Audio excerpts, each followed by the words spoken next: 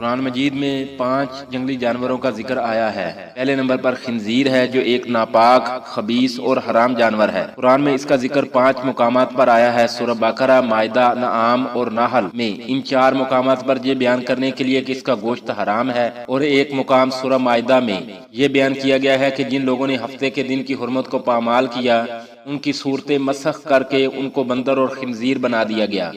دوسرا جنگلی جانور ہاتھی ہے جس کا ذکر سورہ فیل کے شروع میں آیا ہے۔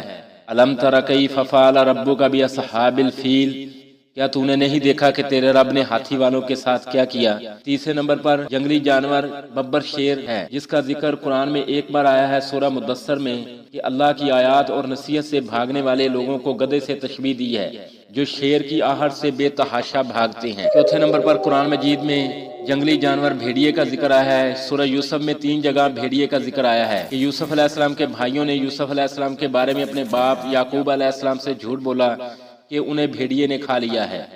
5ویں نمبر پر جنگلی جانور بندر ہے۔ قرآن مجید میں اس کا 3 جگہ ذکر آیا ہے، سورہ اعراف، سورہ بقرہ اور سورہ مائدہ میں۔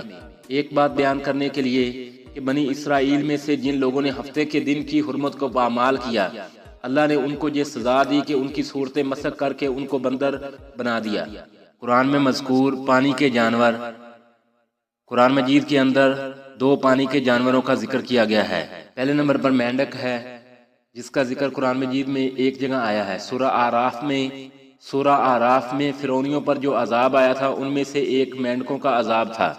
دوسرے نمبر پر مچھلی کا ذکر قرآن مجید میں کئی جگہ آیا ہے۔ سورہ اعراف میں ہفتے کے دن کی حرمت کو جن لوگوں نے پامال کیا ان کی آزمائش اس طرح ہوئی کہ ہفتے کے دن ان کے پاس مچھلیاں سمندر میں کافی تعداد میں آتی تھی اور ہفتے کے علاوہ کسی اور دن میں نہیں آتی تھی۔ سورہ کہف میں 2 بار مچھلی کا ذکر آیا ہے۔ موسیٰ علیہ السلام اور یوشع بن نون جب خضر علیہ السلام سے ملنے جا رہے تھے تو ایک مقام پر رکے تو ان کی پکی ہوئی مچھلی زندہ ہو کر پانی میں چلی گئی۔